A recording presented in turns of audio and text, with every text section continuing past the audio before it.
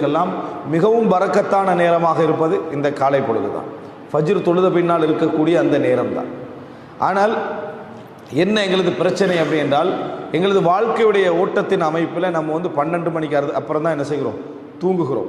இதன் காரணமாக நமக்கு ஃபஜ்ர் என்ற ஒரு தொழுகை கடமை என்கின்ற ஒரு நோக்கத்தில் தான், அதுவும் ஒரு சிலர் தான் என்ன செய்கிறார்கள், பள்ளிக்கு வருகிறார்கள். பெரும்பாலானவர்கள் அதை கூட என்ன செய்கிறார்கள், மறந்து விடுகிறார்கள். ஆனால் ஃபஜ்ர் தொழுததோடு அந்த தொழுகின்ற மக்கள் கூட என்ன செய்கிறார்கள் என்று சொன்னால், அதிகமானவர்கள் தூங்குவதற்கு என்ன செய்கிறார்கள், பழகுகிறார்கள். எந்த ஒரு ரீசனும் இல்லாமலேயே தூங்குவதற்கு பழக்கிக் கொள்கிறார்கள். இது போன்ற பழக்க வழக்கத்திலிருந்து விடுதலை பெற வேண்டும் என்று இந்த செய்தி என்ன செய்கிறது, எங்களுக்கு சொல்கிறது. எதையுமே காலையோடு ஆரம்பித்து விட்டு ஒரு 9 மணிக்கு பின்னால் தூங்கினா கூட அது பிரச்சனை இல்லை.